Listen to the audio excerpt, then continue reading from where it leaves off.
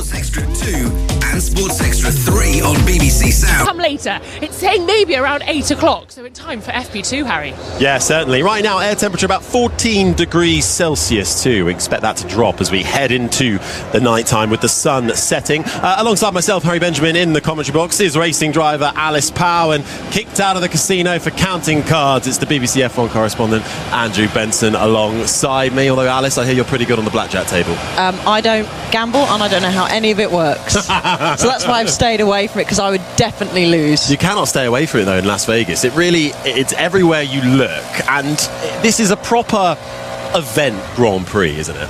It is, and it's whether the drivers like it or not, because particularly the first year, they weren't best pleased coming here with the whole spectacle and having to do that sort of parade. Was it on the Wednesday, maybe? They're not too keen, but as a track, I think they enjoy it. And it's probably one of the highlights of the season. It's probably one of the most publicised races of the year. It can be an overload to the senses, though, can't it, Andrew? It's been an overload to my senses so far this week, Harry, I can tell you that. I did gamble once here, by the way, at the behest of my wife, very unsuccessfully. I won't bother you with that story.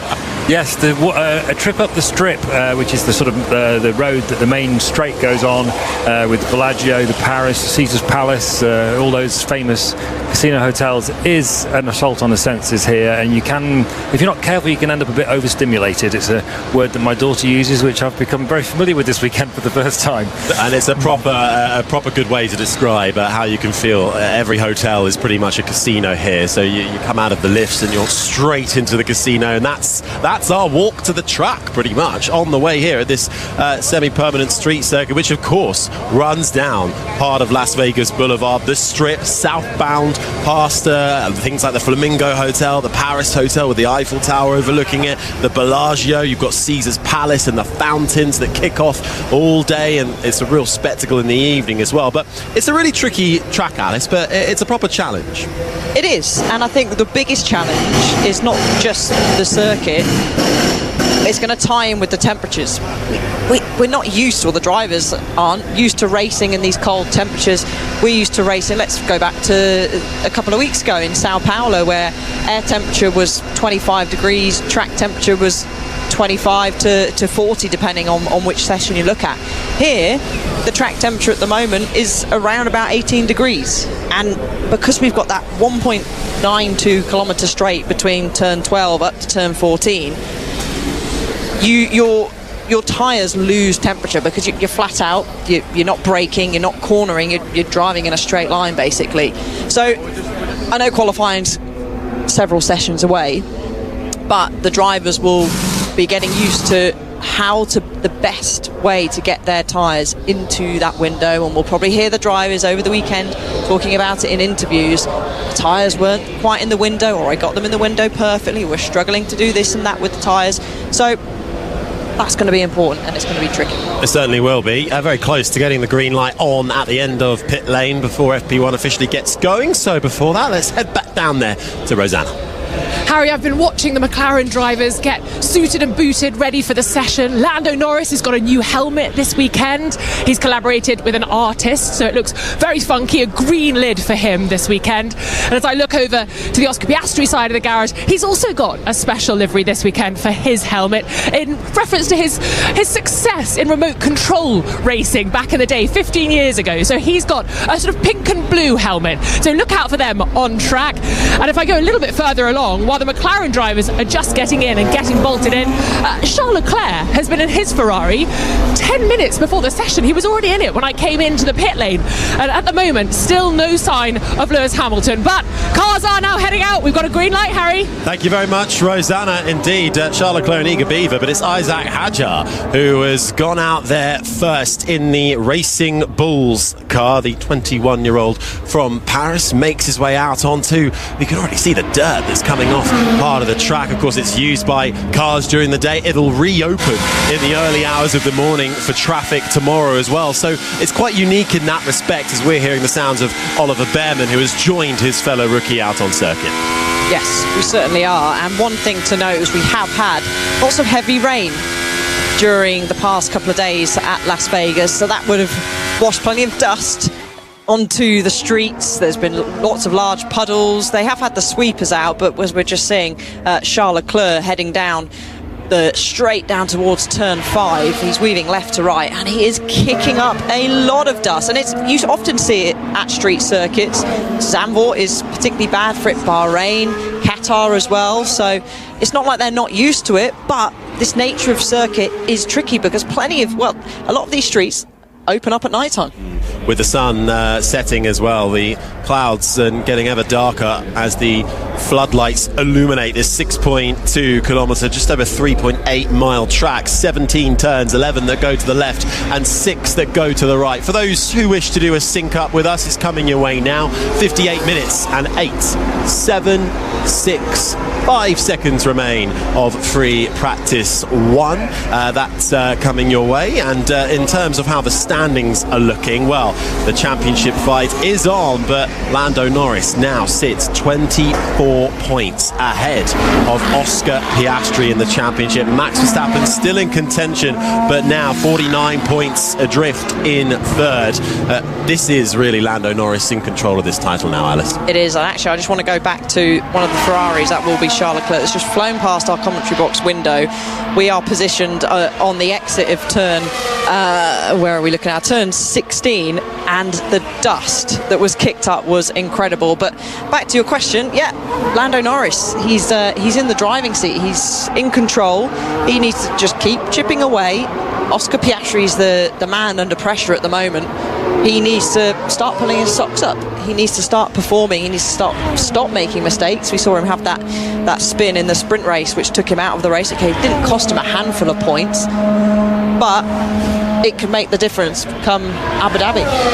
It certainly can. Getting busier and busier on track, but still a fair few in the pit lane. Rosanna. We just had Esteban Ocon come back in his Haas. Another car heading out right at the other end of the pit lane because I've stationed myself outside McLaren. A lot of people waiting to see Lando Norris and Oscar Piastri head out. But in reference to what you were saying about the dust being kicked up, it's the same on the start-finish straight. It's hanging in the air now as well. It's quite difficult to almost breathe down here in the pit lane. So they are starting to clear it up. But with rain forecast later and overnight, all the grip they lay down is going to be washed away, as well as, of course, the local traffic that will be driving around the streets in the morning as well. Yeah, and in terms of tyre, thanks Rosanna, in terms of tyres, by the way, that they're on this slippery surface with, we've got the C3 hard, the C4 medium and the C5 acting as the soft, so same as the previous Las Vegas Grand Prix. Kimi Antonelli out there on the medium tyre at the moment, carving his way through the right-hander of turn 10. 2 high-speed bends approaching him before he gets to the slow left-hander of turn 12, and he enters Las Vegas Boulevard. He heads down the strip in the shadow of the Venetian Hotel, racing past through the flat-out left-hand curve as he barrel rolls towards turn 14, where he'll slam on the brakes, flying past the Bellagio and Caesar's Palace with the fountains in action as they plunge out and up and over the water into the braking zone for the left-hander of turn 14. It's a tight section with a sort of series of 3 slow corners that go left, right and left again. It spits you out at turn 16 as you head down Harmon Avenue before you get to the last corner as he screams past our commentary box, but it's not really a corner. It's pretty much flat out left-hand bend that delivers him back onto the start-finish straight before he brakes once more for the turn 1 hairpin. I'll tell you what, Harry, this is not one of the greatest racetracks on the calendar by a long stretch of the imagination, but that's that particular spot on the strip, halfway down as far as the Grand Prix track's concerned, between turns 12 and 14, where the Bellagio fountains are and Paris Casino is opposite, and there's a whole load of other casinos around. That is one of the most spectacular vistas, artificial though it may be, on the Formula 1 calendar, and that's exactly the reason why Formula 1's in Las Vegas, for the spectacle rather than the sort of purism of the sport that we're watching here. 54 minutes, 22 seconds on the clock. First times coming in there. Carlos Sainz with a 1:41.164. Expected these times to come down as the track continues to evolve over the course of the next 54 minutes. Charles Leclerc popped himself up to second as Gasly in the Alpine now goes top. But we're hearing the sounds of Charles Leclerc in his Ferrari. A one-time pole sitter here, a one-time winner as well. Into the final sector, coming to the left-hander of turn 14. That's where a couple of years ago he lost a position to Sergio Perez, who dived down the inside and managed to not hold him off in the end. Charles Leclerc got him on the final lap, so it was spectacular work. Round the final bend, Leclerc fastest in the first two sectors, lost a bit of time though in the final sector. New benchmark lap, a 1:39.733. Worth saying actually, Ferrari have not had the greatest of years, but this is exactly the sort of circuit where Charles Leclerc excels. A street circuit, low grip, walls close, high speed, long straights, slow corners. Baku, he's really brilliant at. Monaco, he's always strong, very different in character in terms of speed, but that's why Leclerc's won here once and been on pole once, and that overtaking move on Sergio Perez for second behind Max Verstappen one of the years that we're here. He's a specialist on this sort of street circuit. Bumpy street circuit as well, Alice. We're getting some spectacular slow motion replays of first Alex Albon's Williams and then the Sauber of Gabriel Bortoleto really bumping over and sparks flying from the underside of that green Sauber. Certainly was, and actually the onboard that we were watching earlier on of Charles Leclerc, who was heavy braking zone down at turn 14. He was squirming, low lockups on the front, but the rears were locking up. And Lewis Hamilton, he's just coming out on an out lap now, so this will be a preparation lap, no time set for him, but he was strong here last year. Made a mistake in qualifying. He should have been on the front row with his teammate, but made that mistake, qualified down in 10th place, but charged his way up to second. George Russell obviously commanding victory for him, but Mercedes, a track that works really well for them, or certainly did last year. They led every single session here last year, and they nearly got a clean sweep if it wasn't for Lando Norris popping in fastest lap during the race. So they'll be hoping to have something similar as they did to last year. So we're expecting strong pace from Mercedes as we now hear Lando Norris on his first proper flying lap. Why are we almost half ruling out McLaren at the moment? What is it about this particular track where we're expecting them to struggle? Seems like a strong word to say for a team that's won the Constructors' Championship, but struggle. Well, they've just not done well on this sort of circuit in the last couple of years. They've had the two Grand Prix at Las Vegas that we've had so far. They've been not competitive at. Lando Norris had a big crash in the first one. If you think back to Baku, they had a very difficult weekend. Not only did Oscar Piastri have 3 crashes and a jump start in the space of one weekend, he also qualified 9th. Lando Norris only qualified 7th. And Las Vegas is a very similar track to Baku. The car, although brilliant though it is, it's one of the all-time great cars. It's dominated the season in terms of the Constructors' Championship, but it's not well suited to this circuit. And although McLaren think they may have some of the answers that they were lacking last year, they're not expecting this to be a strong circuit for them. And I think they really do favour the long, sort of medium to high speed sweeper. So I'm throwing back to like Barcelona, where you've got turn 3, turn 9, high speed sections, even at Silverstone through Maggots Beckers. We don't really have any of those here. We've got a lot of heavy braking zones, stop, rotate, go on the throttle. And I think that just bunches the field up a little bit more. And, it's easier to set up a car for 4 heavy braking zones, getting a car rotated, than have that, trying to find that balance with a medium speed to high speed corner.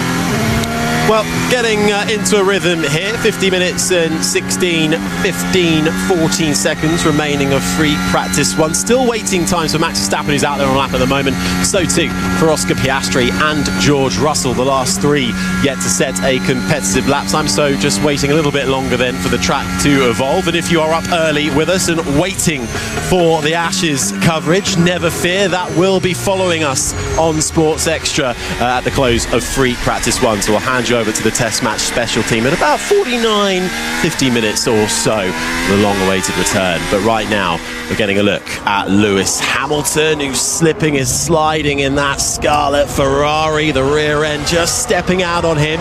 Lewis Hamilton, who here back in 2024 was his last podium in Formula One. had a long time since then, coming up to a year now. Of course, he was stood on a podium for the sprint race win back in China, but it's been a tough year for Ferrari, for both Charles Leclerc, who is sitting top at the moment with the 1:38.114, but for Lewis Hamilton too. I mean, it's tough to adjust to a new team, particularly when it's Ferrari anyway, and we know that's such a huge culture change for him too. But it's not that helpful, or is it, Alice, as a driver, when you've got the big boss in John Elkann sort of saying you need to kind of stay quiet and focus on the driving rather than talking? Yeah, it's not the most ideal. That's something you would say to the driver behind the scenes. I think Charles Leclerc said he rang me and told me that he was going to make these comments. I've heard that it's a guy that's very straight to the point. He's very blunt, he's very honest, and yeah, I think we've seen that now. But for Lewis Hamilton, he called it a nightmare season, which is what's triggered these comments, so I believe. And it has been a nightmare for him. He's guaranteed to have his lowest ever total podium finishes in a season. His previous season where he got the lowest was in 2009 with 5 podiums. And you think 5 podiums, you think someone, let's say for Alex Albon, you'd be like, wow, 5 podiums for them and a Williams would be great. And he's in a Ferrari and he's not had a single podium. So it was an interesting day yesterday, Harry. Both Ferrari drivers' press conferences inevitably were focused on the Elkann comments, and I have to say Charles Leclerc managed to stay on message a little bit better than Lewis Hamilton did. It took us a while to get under Hamilton's skin with the questions, but in the end, the sort of journalists who wouldn't... I think Rosanna was pretty good at Rosanna did very well with her questions. She really did, yes, to the point that she made Hamilton stop and congratulate her on her question without actually answering it properly. But I asked him, was it fair of John Elkann to say that he should focus on driving more? And he said, not really, Hamilton, this is. I wake up thinking about it, I go to sleep thinking about it, I think about it when I'm sleeping. If anything, I have to focus on being able to unplug more. And I think, although, yes, Hamilton's had a difficult year, and of course those comments, although he did caveat them very strongly in Brazil afterwards by saying he strongly believed in Ferrari. I don't think, even though Hamilton's had a difficult year, there's no question how hard he's been trying. To question his commitment in the way that John Elkann did. I think a lot of the people in the paddock have questioned that approach to management, and have also, a lot of people have widened the question out, or widened the topic out, and they look at it as an illustration of why Ferrari have struggled for so long to win the World Championship. You know, if you think back, 2007, their last Drivers' Championship with Kimi Raikkonen, and they were kind of lucky to win that, really, because McLaren imploded. 2008, although they did have the best car, 2008, Felipe Massa and Kimi Raikkonen won the Constructors' Championship together for them. Since then, no championships. Fernando Alonso got close twice, Sebastian Vettel got close twice, and now they're trying again with Charles Leclerc and Lewis Hamilton. So they've not exactly been struggling on the driver front, but the car has just not been good enough for 20 years nearly, and it doesn't help when the management creates a disruptive, unbalanced environment, especially when the team are working hard to be harmonious, even if the car's not competitive this year. And this is the thing, isn't it, with Ferrari? It almost just feels like rinse and repeat half the time, because the bottom line is, Alice, that they haven't delivered a good enough car. When they finished second in the Constructors' Championship at the end of last year, they were fighting with McLaren right until the checker flag in Abu Dhabi, right to the final race, and you'd expect at the very least to come out flying at the start this year, but they didn't, and McLaren were leaps and bounds ahead as Pierre Gasly wants to turn into the left-hander but realises he's not going to make it down at turn number 12, and then does a little escape into the runoff area and ruined a Ferrari's lap as well. Lewis Hamilton. I'll tell you what, the other Ferrari, Charles Leclerc, had his lap ruined as well, the lap before, with traffic out there. So the curses of a street circuit, but it just does feel like it's rinse and repeat at Ferrari, and something big has got to change. Fred Vasseur is the team principal currently. There was a bit of heat on him earlier on in the year, wasn't there? But the overall consensus is that he's done quite a good job in trying to reshape the culture at Ferrari. But here we are, yet again, talking about how they're not delivering as a team. Yeah, and I think you've got one of the greatest drivers of all time, who's going to be without could get a podium, but so far he's not got a single podium in a Grand Prix this season. I'm not including sprints. So you've got to then think, well, he can't have just suddenly lost his talent. He can't have suddenly say, oh, well, you know, he's past it. He's still Lewis Hamilton. He still does incredible things. It was like that drive through the field last year here. He is up against a tough competitor, tough teammate in Charles Leclerc, who we know is one of the best qualifiers out there, one lap pace to pull a lap out. And Lewis Hamilton's 66 points behind him. And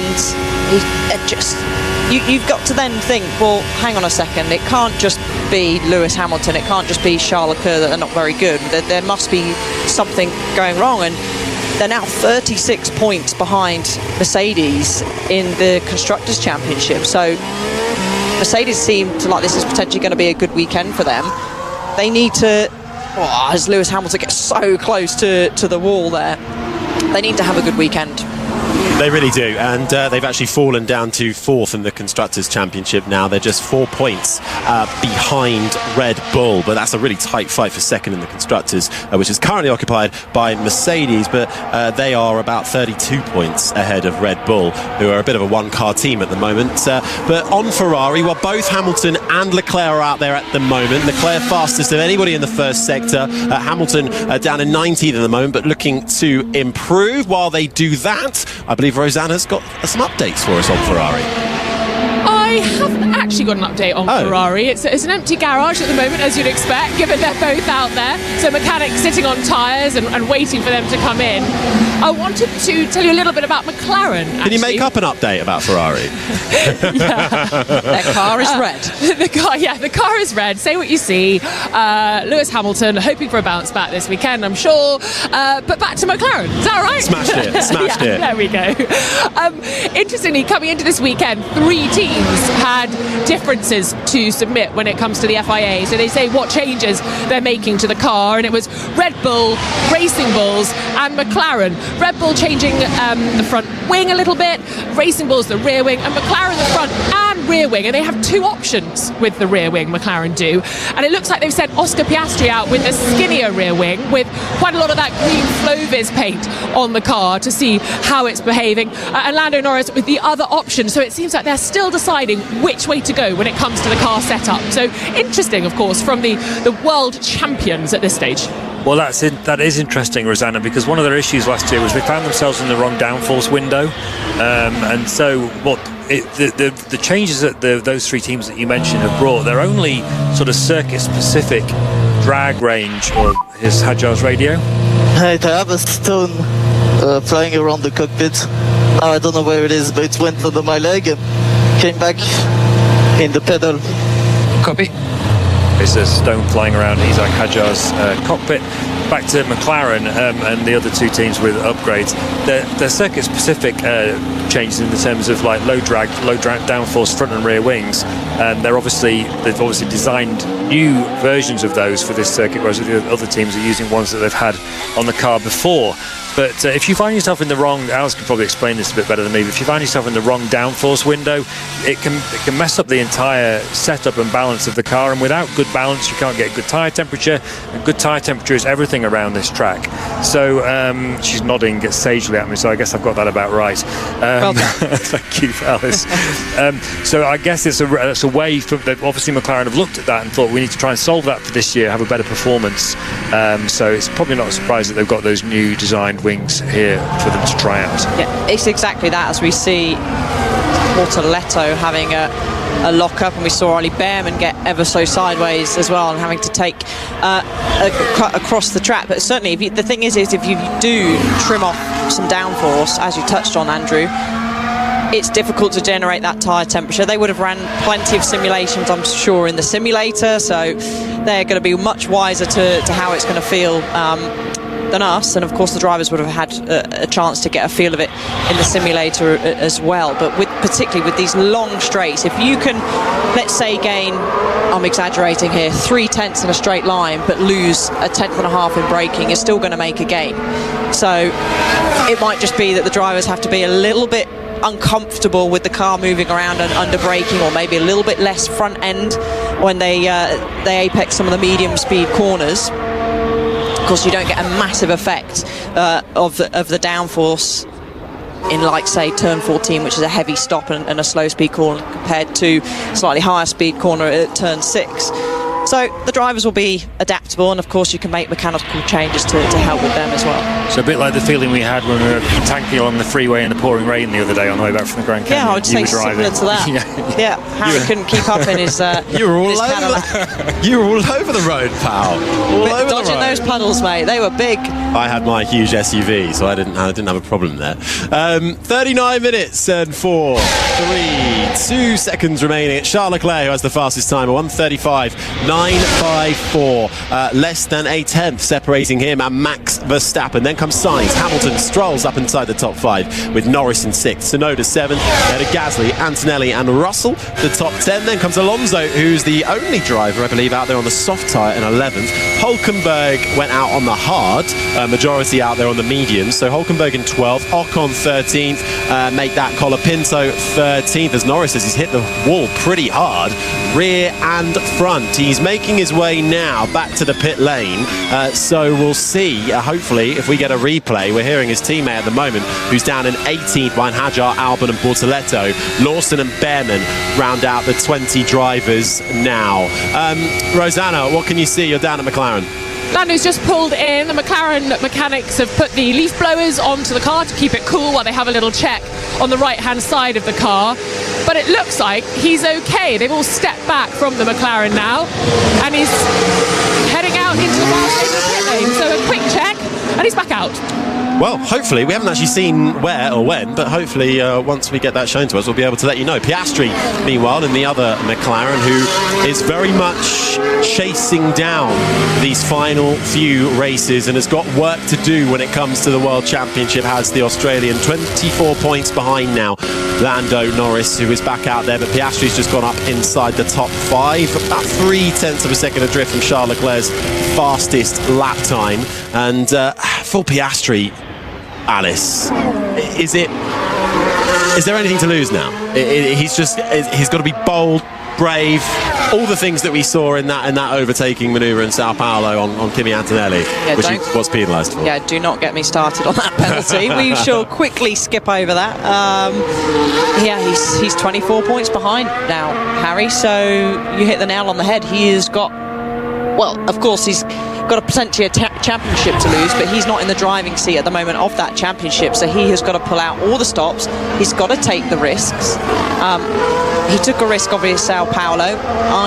What I personally think was received quite a harsh and unfair penalty, and we are just going to get a replay of Lando Norris riding on board with him now. He gets a whack of... It wasn't as hard as I thought it was on the exit of turn 9. We're going to get an off-board camera shot as well to see how hard it really was. We've seen harder hits to the wall, so more of a brush for him on the exit of turn 9, just struggling with that front end. But yeah, Oscar needs to really try and dial some pace back into himself. He hasn't just lost a load of talent overnight, but mindset. I'm not saying this is why he's been struggling, but we talked about it on our podcast last night, that it plays a huge part, and it's crunch time. He's potentially going to be getting his first Formula One World Championship, and who knows, with all the regulation changes, when that will come around again.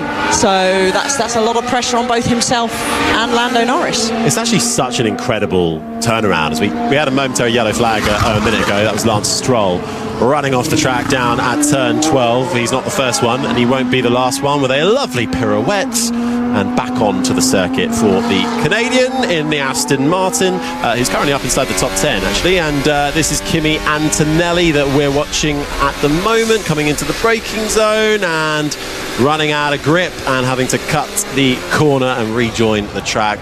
No harm done there for the Italian in the Mercedes. But just to come back to Piastri, I mean, after Zandvoort, he had 44 points over Lando Norris, and now he's 24 behind. We have this race to go, then we go to Qatar. There'll be a sprint in Qatar and the Grand Prix, and then it all ends in Abu Dhabi.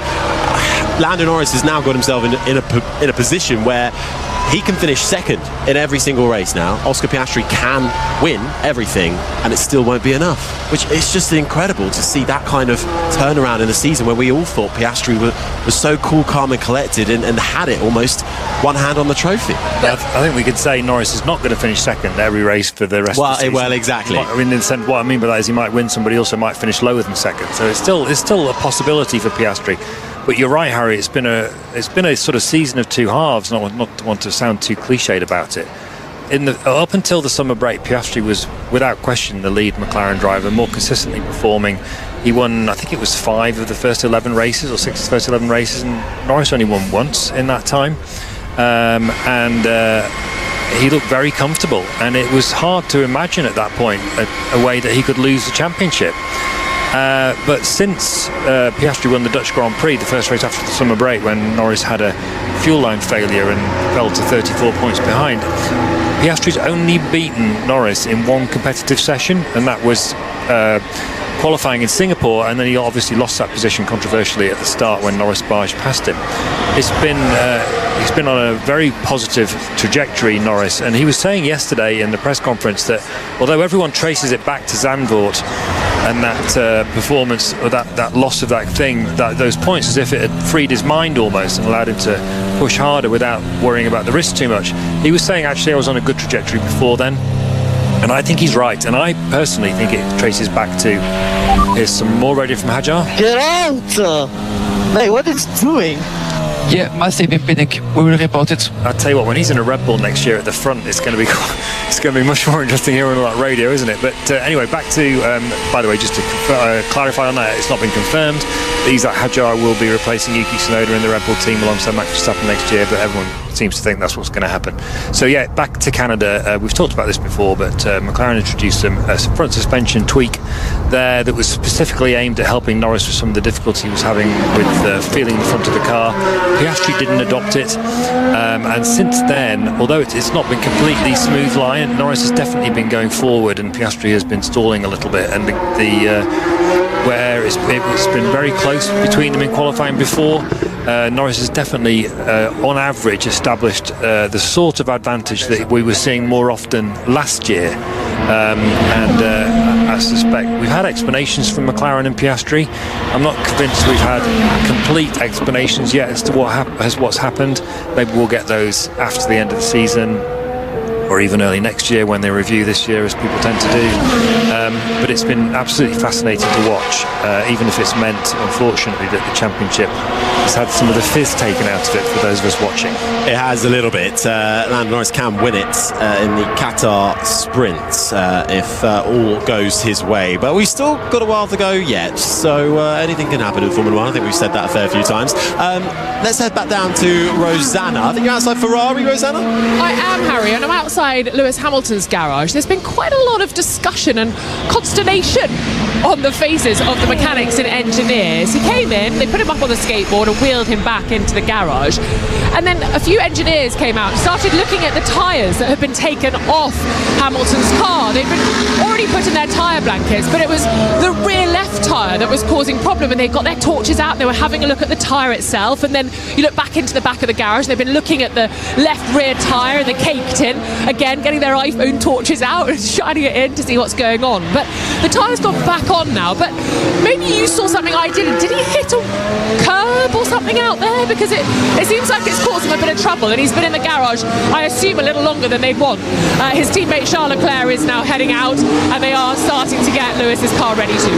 Yeah, I don't think we've seen anything particularly obvious that would have caused Hamilton some sort of issue, but we'll see if anything flashes up on our screens as we get down into the final half an hour of this first practice session to kickstart proceedings here in Las Vegas for the Formula One. We'll be kickstarting things over in Perth shortly, following us on Sports Extra for all the Ashes coverage with the TMS team, so do stick with us for that. Right now, here under the lights in Las Vegas, as we race around the boulevard home to the Bellagio, Caesar's Palace, the Eiffel Tower. We've got that beautiful sphere as well, which is encircled by the track in the first sector. Flat out sections, slow 90-degree left-hand corners. This track really does have it all. And right now it's Max Verstappen who is fastest by just over a tenth and a half with a 1:35.776. Charles Leclerc is in second ahead of George Russell. Yuki Tsunoda is 3/10 off his teammates. It's pretty good going so far for Tsunoda, but I'm sure Verstappen will start to improve. Sainz fifth, Hamilton, Piastri, Antonelli, Stroll and Albon the top 10. Then comes Lawson, Norris down in 12th ahead of Alonso, Ocon and Hadjar the top 15, with Gasly, Hulkenberg, Colapinto, Bortoletto and Ollie Behrman down in 20th and last, with only Antonelli, Lawson, Norris, Alonso, Ocon, Hadjar in the pits right now, and actually being joined by a few others too, including Max Verstappen, who is in that pit lane. In fact, George Russell was quick to point out Max Verstappen and Red Bull will be very much in contention for the victory on Sunday for this Grand Prix, as we can check back in. Rosanna, any more news regarding Lewis Hamilton? I'm desperately trying to recall my Italian GCSE, Harry. I'm trying to listen into the mechanics at Ferrari, who are still talking about the tyres. They've gone into their tyre garage. They've got a little area next to Lewis Hamilton's garage where all the tyres are stacked up in their tyre blankets. They're still discussing a problem. That's what I'm gathering. But yeah, still lots of concerned faces, a lot of furrowed brows. So I'm going to try and find out what's going on. Well, Rosanna, I don't know, but it'd be interesting to hear if you can earwig some more of their Italian discussions. But fundamentally, tyres has been one of the key issues of Ferrari's season. In fact, for a long time this year, Fred Vasseur, the team principal, was using their inability to get the tyres consistently in the right window, as they call it in Formula One, as the reason for why they weren't competitive. He used to talk about how the cars were all really even, and it was all to do with how you sorted your tyres out. I was never completely convinced by that argument, because obviously everyone's using the same tyres, and it's now pretty clear that the Ferrari is not a quick car compared to the McLaren, for example.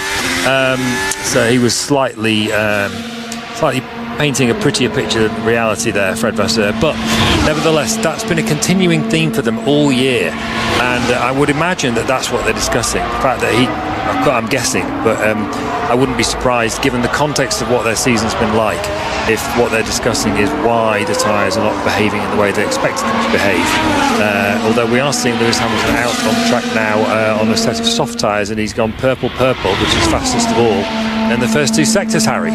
Certainly is, and getting a nice bit of a toe as well down towards the flat out left-hand bend of turn 17 from Esteban Ocon's Haas, but actually only a personal best for Hamilton in the final sector, but it still puts him to the top of the pile on that soft rubber, a 1:35.561, 2/10 clear of Max Verstappen's time on the medium tyre from earlier on in this session. So clearly then, Hamilton able to get back out on track, and he's got a fast-charging teammate coming right behind him in Charles Leclerc down Koval Lane towards turn number 5, a slow 90-degree right-hander, which Hamilton now makes his way through. Charles Leclerc also on the soft tyres. We await the sectors, and he's pinched the fastest first sector off his teammate Lewis Hamilton, and thought about trying to sneak a toe between turn 4 and 5, but thought better of it, stayed on the cleaner side, as Hamilton maybe was just getting in the way of one of the RBs through there.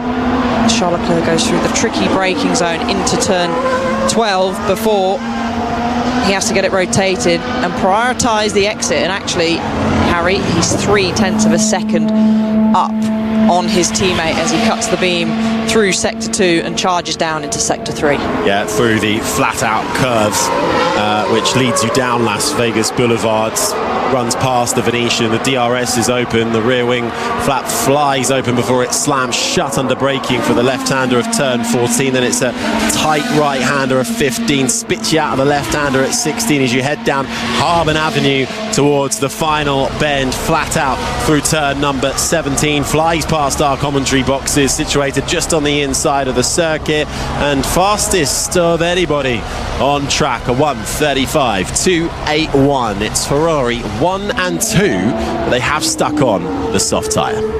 They have, and actually fastest time last year was a 1:35.0, which was Lewis Hamilton. Track evolution is huge here. Most of the time you do see that on a street circuit, but Lewis Hamilton nearly 0.3 of a second off his teammate. I expect we're going to see quite a few other drivers come out on the soft tyre. George Russell has just set a soft tyre time of 35.699. He's 0.4 of a second off Charles Leclerc, which is probably not what we were expecting, but a driver that I'm really interested to see at how he gets on, but it sounds like he's just decided to back out, is Kimi Antonelli. He's got bolted on the soft tyre now. Comes down into turn 14 through 15 and then 16. Maybe this is an extra build lap. We potentially could see, we usually often see in Formula 1, an out lap, and then they're straight on it on the next lap. We could see an extra build lap, but by the sound of his throttle, I don't think that's what this is going to be. So maybe he's made a mistake somewhere along the lap. Yeah, well, considering the temperatures as well, because that is key word around here, is getting temperature into your tyres to make sure they can last the full 6.2 kilometre length of this circuit. But Kimi Antonelli could be one to watch this weekend. His teammate George Russell's up in third at the moment, 0.4 adrift, and everybody, as we've said, has been touting Mercedes ahead of this weekend, particularly with George Russell winning last time out from pole position. But I have to say, Kimi Antonelli, twice on the trot now, he's beaten George Russell as the 19-year-old. We're just going to get a look at Oscar Piastri sliding off the circuit once again down at turn 7. So that's the left-right twisty part of the track, which runs underneath the sphere.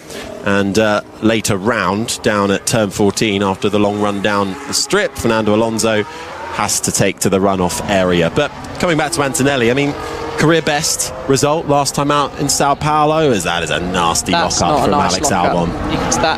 He's had a lock-up previous to that because there was already a flat spot, and now he's just added an extra 2 flat spots to that front left. So I think that's RIP to that front tyre. But one thing to note is we do have a support race this weekend, and with the last 2 years we haven't had a support race. F1 Academy are here for their season finale, so that will help clean up the track a little bit between Formula 1 sessions, but because they're quite small, the F1 Academy cars compared to a Formula 1 car, they're not going to clean it up too much, but they will still be laying down a bit of Pirelli rubber. So maybe we'll see some faster times during free practice 2, because there will be an F1 Academy session between this session and free practice 2.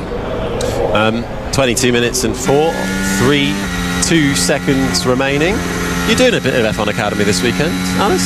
Not driving. No? I am doing commentary for it. God, you're putting in a hard shift this weekend, I'm the hardest worker of the team this weekend. Sorry, guys. Double bubbling. Love it. Max Verstappen getting temperature into his tyres. That actually will be an interesting one to watch, F1 Academy, and the championship finale as well. And we've already had Abby Pulling rock up on our podcast this weekend. Might hear from her throughout the rest of this weekend too, if we can stick a mic in front of her face.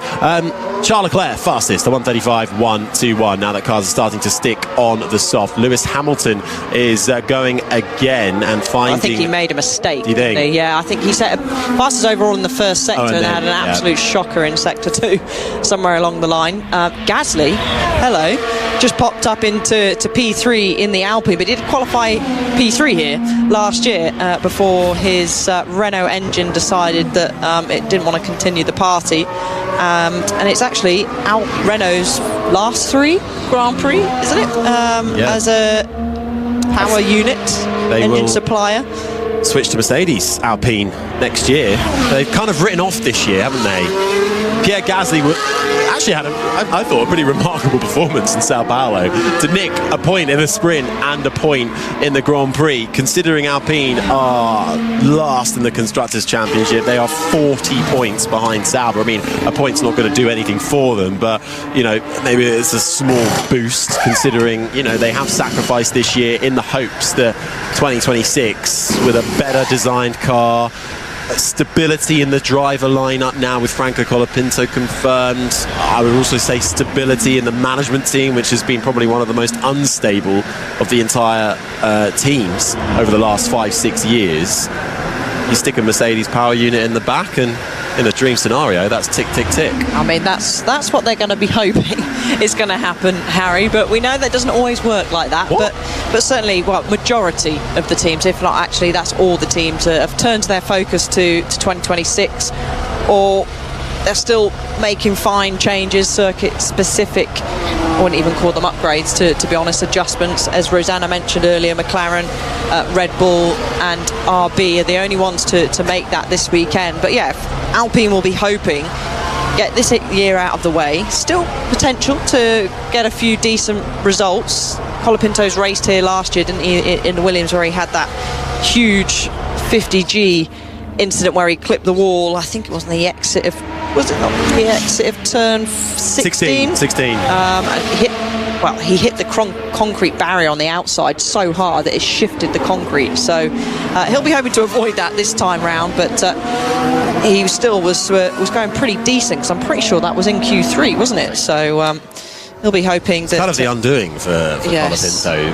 It was. And his good fortune in Formula 1, but Franco Colapinto will be on the grid next year. Still a couple of seats yet to be confirmed, and it's the Red Bull saga, as we quite handily join Max Verstappen on a lap, but we've got a yellow flag out on the circuit. Slow, I think it's Fernando Alonso possibly on the start-finish straight, if my driver tracker is playing ball on that one, but the yellow flag's gone away, so clearly everybody still able to make their way around. Max Verstappen continues on his lap, fastest of anybody in the first sector, personal best in the middle sector, half a tenth down though on Charles Leclerc's best middle sector, but Max Verstappen is coming. Who will sit alongside him? Well, Andrew Benson did allude a few moments ago that the rumours are Isaac Hadjar will make that step up, but then who lines up at the sister team at Racing Bulls? Currently it's Liam Lawson and Hadjar, and we have seen shots already of Arvid Lindblad, the young British racer in Formula 2, who has done a couple of free practice outings for both the Red Bull and Racing Bulls, eager to get his shot at the pinnacle. He is, and it's been a talent all the way through British and European karting, success in Formula 3 in his first year, very successful in Formula 4, and very mature for his young age, and I expect we will 100% see him on the F1 grid next year, and I think he does personally deserve it, as we're going to see a replay of Lewis Hamilton just asked with the front to turn in down at turn 12, and it has other ideas. Maybe this was potentially for our yellow flag. I'll probably say it was, because he had to stop and wait for one of the Sauers to flash through. But Max Verstappen, 0.004 of a second on the top of the timesheets at the moment, a 35.109 from Charles Leclerc, looking handy. And actually I was scanning to see where the McLarens are, and we have to look quite far down. We're not used to doing that for McLarens. 12th for Oscar Piastri. Norris is on an outlap in 17th, but they haven't ran the soft tyre yet. However, the fastest of the soft tyre runners is actually Yuki Tsunoda in 8th. Well, yeah, Norris on an outlap at the moment, so we'll see what McLaren driver has got. It is Verstappen, 0.004 of a second clear of Charles Leclerc at the top of the field. Then it's Russell, 0.4 back. Antonelli is 4th ahead of Hamilton. Gasly, Stroll, Behrman crosses the line in the Haas and gets himself up into 8th ahead of Tsunoda. Ocon puts it 2 Haas's up inside the top 10. Then it's Sainz, Hülkenberg, Albon, Piastri. Bortoletto is 15th ahead of Liam Lawson. Then it's Lando Norris, but we'll see what he's got on the soft tyre momentarily. Fernando Alonso's down in 18th ahead of Hadjar and Franco Colapinto in the Alpine, 20th and last of the runners. Haas have been having a brilliant time of it, haven't they? Particularly with Oliver Behrman. 4 consecutive top 10 starts and finishes for the rookie. 3 points away now from the top 10 of the championship is Behrman, and Haas are very much embroiled in this great fight, because you know I love a fight for 6th place in the Constructors' Championship. Racing Bulls currently occupy it. They've got 10 points over Aston Martin. Then comes Haas, who are only a couple of points behind them, and Sauber still feel like they're in this one. They're 9th, but they're 8 points away from Haas, and then it's Alpine languishing at the back as Tsunoda now goes to the top of the times on the soft tyre. Lando Norris embarks on his first flyer So let's have a look at this one. Down into turn 1, the hairpin that curves round to the left-hand side, feeds himself into the right-hander of turn 3, out through 4, and his first dose of DRS. And actually, he was squirming on the exit of turn 2 as he was applying the throttle. Didn't look particularly settled. And we're waiting for him to cut the beam in that first sector. And Lewis Hamilton is clearly going again. He has just set the fastest of anyone in that first sector. And actually, Lando Norris is 0.3 off from that. So either he's not feeling comfortable in his car, or the McLaren is not quite dialed into the circuit just yet. But the Ferrari certainly is. And Yuki Tsunoda, hello. That's a really top good of the lap. times. That is a really impressive lap. Charles Leclerc, fastest of anyone in this middle sector. One thing to remember is this is one of the highest evolution tracks here. Oh, he's gone off. Off goes Norris. He's had to abort the lap. He's had to bail out of that one. He finds the runoff area, though. No harm done to the car, but the lap is gone for Lando Norris.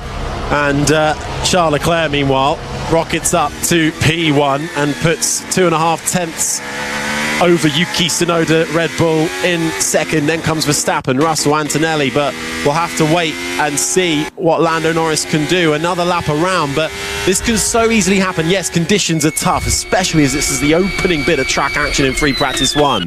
And down through the gears into the left-hander of 12, and it's a classic. Well, the rears didn't want to play ball, and he bailed out of it, and the runoff area is there to cater for exactly that moment. I wonder if he was slightly put off by the Red Bull. Who was that? Was that Yuki Tsunoda, might potentially? have been Tsunoda, yeah. But if he wasn't, he was just... That's a combined braking. So it's one of the trickiest braking zones on the track. We've actually got 2 combined braking. We've got it at 6 and down at 12. You can just see it was just feeding that lock-in, trail braking into the corner, and the rear of the car had different ideas.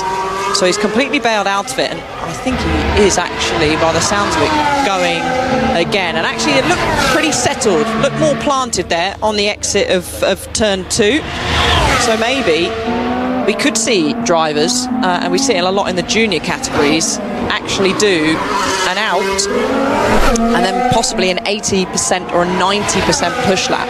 And he's done a personal best, and he's actually gained 2.5 tenths on himself. So maybe that's what we're seeing some of the drivers doing. They can do continuous push laps and not taking the tyre life massively out on that first push lap, because effectively you're only going 80% of your effort, and then that still then builds up that tyre temperature, and then they're in the window, bang, for that second push lap. So, and he's locked up he's gone again. Exact same place. Lando Norris. This was a front lockup this time. That didn't snap on him. He was just probably a bit too late on the brake, maybe a bit too much peak pressure as he was asking for the front end to turn in. So frustration for him, and actually Piastri is going to be the one to watch now. He's on an out lap, and he is out on the soft tyre. Tricky for Lando Norris. I mean, you're approaching turn 12, slow left-hander, almost 90 degrees, but you're coming off the back of heading down Sands Avenue, 2 high-speed bends. You're carrying a lot of speed, and you want to slow it down in time to get the traction out of the corner as well, because you're setting yourself up to head all the way down, nearly 2 kilometres in length down the strip. And for Norris, twice in a row now, he's not been able to make it into the left-hander. Piastri is out there and on an out lap, so we'll see what the other McLaren has got momentarily. Let's hear from Norris. It's good to challenge the braking there. The left-hand toggle could help there as well. So that will be, they'll have plenty of toggles, they'll have plenty of settings on the car, and that basically, he's saying that they would have put that left-hand toggle that he's talking about, they would have put some kind of program into that toggle that would maybe adjust the bias backwards, potentially by the sounds of that. So he would either pull it and hold it, but I doubt that, or he'll just pull it and it will maybe put a light on the steering wheel to show him that he's got that left-hand toggle on, and then to turn it off he would likely have to pull it again. So we won't know the answer to that, but I'm assuming that's there's something programmed into that toggle that will help in that particular area of the track, particular braking zone. 10 minutes, 25, 24, 23 seconds left of free practice 1. The sky has darkened, but the track very much illuminated here at this Las Vegas Strip circuit, which winds through the city streets down a section of the Las Vegas Strip. Charles Leclerc is currently fastest with a 1:34.802 ahead of Tsunoda, Verstappen, Russell and Antonelli, the top 5, but with still lap times to come and crucial data to be gathered. And gathering data for us down the pit lane, up and down, it's Rosanna.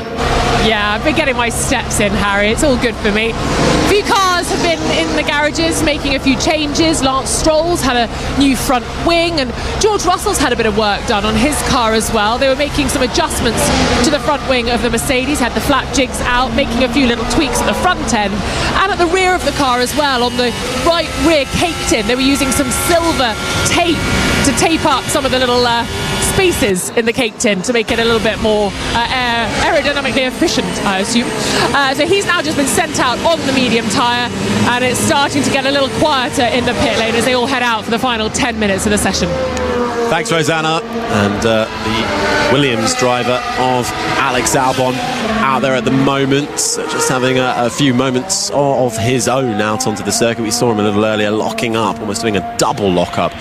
Did the Thai driver, really kind of ruining his laps on that one. And Albon at the moment, though, has rocketed up to second place, just over a tenth and a half away from Charles Leclerc.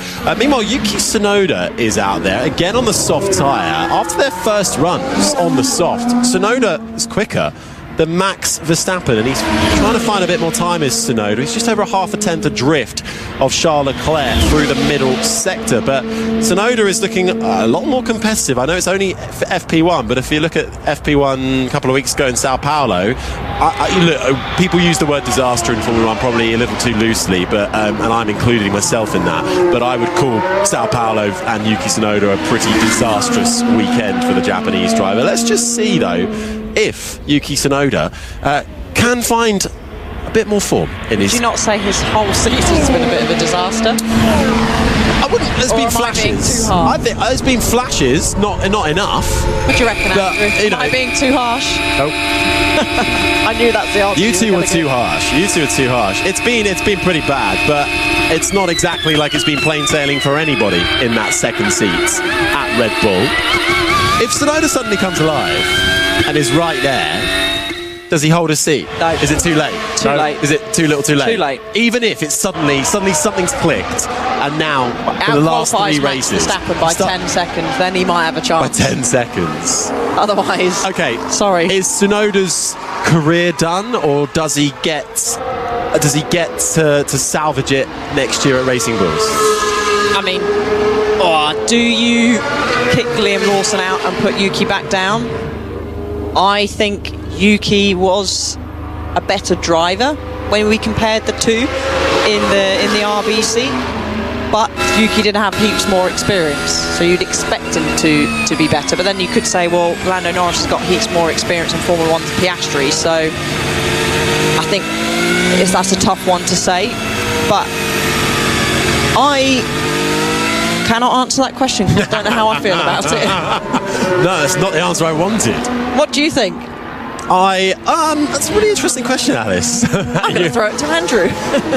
I think they want Lindblad in a Formula 1 seat. He'll be there. And the obvious choice is to put him in a Racing Bulls. So I think you promote Hadjar, then you've got one seat, and it's between it's between Lawson and Tsunoda. The part of me does think Yuki Tsunoda, as well as being a Red Bull driver, he's also a Honda-backed driver, and Honda will no longer be a part of the Red Bull organisation. They will become joined with Aston Martin next year as they become the works Honda entry, essentially, with their power unit powering the Aston Martin team. So does it work for Tsunoda to be a part of that environment anymore? He's had a good run at it, more than many could dream of as a Formula 1 driver, as Yuki Tsunoda. He's had some great results, best of 4th place back in Abu Dhabi in 2021, has never quite graced the podium for him, hasn't worked out there. Meanwhile, Liam Lawson, this will be Lawson's first full season I think that's what we've got to remember here. He's had bit seasons. He replaced Daniel Ricciardo halfway through last year, and the year before that, and then this year it was a bit of a tumultuous start going into the Red Bull seats. Those 2 races were certainly a disaster for Liam Lawson, but they could have just got rid of him if they hadn't have seen maybe something. So do you just give Lawson the benefit of the doubt there and give him another year? Can I just ask a question? Is this the first time, if it stays like this, Yuki Tsunoda's ever been faster than Max Verstappen in a session? I think it is. Hence the discussion. Any session? Quite possibly. I think so. And I'm looking at, they've done the same. Well, Verstappen's now gone back onto the medium, but after their first soft stint, they'd both done 4 laps on the soft.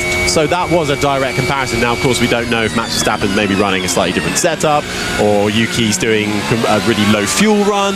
Those are all the permutations you have in practice, but has Yuki Tsunoda sort of run out of lives now, even if he does show a bit of form, and Lawson has more of a higher ceiling than Yuki Tsunoda? That's my very long-winded answer to your question, Alice, that I originally posed to you.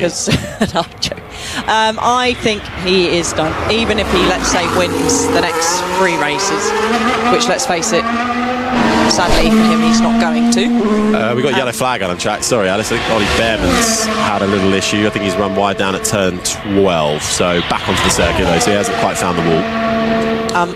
I think that will be it for him. Well, there we go. Got your answer eventually. Well, I did say that would be it, probably. But whether he should jump down, who knows. But Norris has found some speed. Let's go back to the McLarens, as we're going to see a replay of Ollie Behrman. Again, similar to what we saw when Norris first took to the escape road down there. Just turning in, rear of the car said no, and had to bail out. And Carlos Sainz, there was a lot of sparks as he came through turn 17, which is just by our commentary box window. Great sights for those sat in the grandstand there, as quite a few drivers have opted to go back on the medium tyre. Leclerc, Verstappen, Russell, Antonelli, the list goes on, and actually Max Verstappen's tucked up the rear wing of Lewis Hamilton, giving me a flashback to 2021, where we saw these racing wheel to wheel so close to each other, and Max is getting a wonderful tow. Is he going to brave it and chuck it down the inside? He isn't, but he was weaving in the mirrors of Lewis Hamilton. That is one of the international signs in race cars, is get out of my way. No flashing lights, no horns. No, not weaving in the back of the mirrors down the straight, saying please move. Pretty much everybody out there, with the exception of Yuki Tsunoda, who is still in pit lane, but 2.5 minutes then on the clock. Leclerc, Albon, Tsunoda, Verstappen, Sainz the top 5. Norris and Piastri have worked their way up to 6th and 7th, although Piastri's middle sector, his best middle sector was about half a second slower than Lando Norris, so he's got a bit of time to find, but ultimately was fairly close come the end of the lap. So if Piastri can get that middle sector sorted, then there may be a little bit more lap time in it for the Australian, but the two McLarens pretty close together. Russell, Antonelli, Hamilton round out the top 10, then it's Gasly, Lawson, Hadjar, Stroll and Behrman in the top 15, with Ocon, Hülkenberg, Bortoleto, Colapinto and Fernando Alonso 20th and last. Alonso did go out quite early in this session on a set of soft tyre when the track was not good. The grip levels, the dust has died down now. There still is bits of dust being chucked up down some of the straights, but I think that's probably not the accurate pace from Fernando Alonso, because track evolution's high, and just as I say that, he pops up into 13th place, so he's still out there making improvements for him. But yeah, everyone else is moved pretty much onto the medium tyre, and I have to say Alex Albon is doing a solid job up there in P2. And they kind of have a disappointing, I would say, the least very disappointing Sao Paulo, as they went into that Grand Prix pretty optimistic, particularly with the results that they had in 2024 there. Yeah, both Williams currently inside the top 5. Carlos Sainz in 5th. Now, what has happened to Liam Lawson a little earlier on, making his way down the long straight into the braking zone, and turn 12, turn 14 beckons. Apologies, and I think that was a bit of a front lock-up for the Kiwi. Both front tyres locked up. Oof. Yeah. So that will be just a loss of temperature, I think. That's what Lasry's talked about. That's him doing a donut turning round. More lockups this is Alex Albon, who's actually still out there on the soft, tiring a lockup down into turn 7. But that looked for me, for Lawson, just a loss of front brake temperature. And then especially with these carbon brakes on these Formula 1 cars, when you know when you've lost temperature in the front brakes, because it just feels like you haven't got any brakes. You then hit the pedal harder and then you get the lockup. So that's probably what's happened there. Pretty encouraging start, though, for the two Williams drivers trying to reverse their fortunes. They have pretty much locked 5th in the Constructors' Championship. They are about, what are they? They're 29 points ahead of Racing Bulls. And talk of lockup, once again, turn 12 strikes. And it is Alex Albon, who was running well in Sector 1. Very well. Best. Yeah, and that was nearly matching the fastest overall, so he was looking pretty good. In the micro sectors that we get on our timing screens as well, he was looking pretty handy in the middle sector until he had that lockup. So Hadjar, though, he's on a decent lap, currently down in 14th place, out there still on the soft tyre. Personal best in the first 2 sectors. He's going to hook to the left, go past our commentary box window, and he's going to propel himself. Is he up the order? He is, into P7. Clock has chimed down to 0 as well. That is the end of the session. Checkered flag flies to close out free practice 1. We started as the sun was setting, and it very much has done now. The black midnight sky above us, but this track very much illuminated by the floodlights. Indeed, the entirety of Las Vegas is pretty much a sea of light and music every corner you walk. But certainly challenging in this opening practice session. Up and down the field, lockups galore, temperature issues, a couple of taps to the wall, but at the end of it all, Charles Leclerc and Ferrari fastest, a 1:34.802, his best lap, just over a tenth and a half clear of Alex Albon. Tsunoda third, ahead of Max Verstappen. Let's see if Tsunoda can carry on that form. Sainz fifth, ahead of Norris, Hadjar, Piastri, Russell, Antonelli the top 10, with Hamilton in 11th. Then comes Gasly, Lawson, Alonso, Stroll the top 15, with Behrman, Ocon, Hulkenberg, Bortoletto and Colapinto, the 20 drivers in the field. Rosanna, keeping warm in the pit lane, I trust. What did you make of FP1? Well, it has got a little bit colder, a couple of degrees here or there. I've made quite a lot of that because we came into this weekend with bold predictions that it was going to be Mercedes on top, that perhaps it was Max Verstappen who was going to be there or thereabouts as well. But Charles Leclerc's gone well here before, started on pole, never won here, but he is fast this evening, and he's 2 tenths faster than the FP1 time from last year. So things are going to be pretty racy this weekend as we get towards the sharp end of the weekend.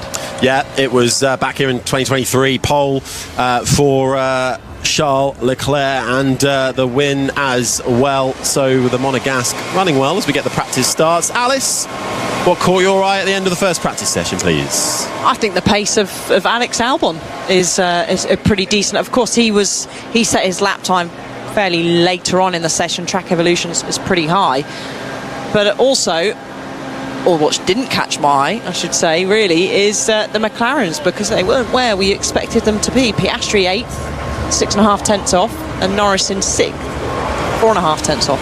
No, we are expecting this to be not a complete McLaren walkover this weekend, and maybe even a little bit of a tough track for them. It has notoriously been, though Mercedes were behind them in the end, and we're expecting them to go really well.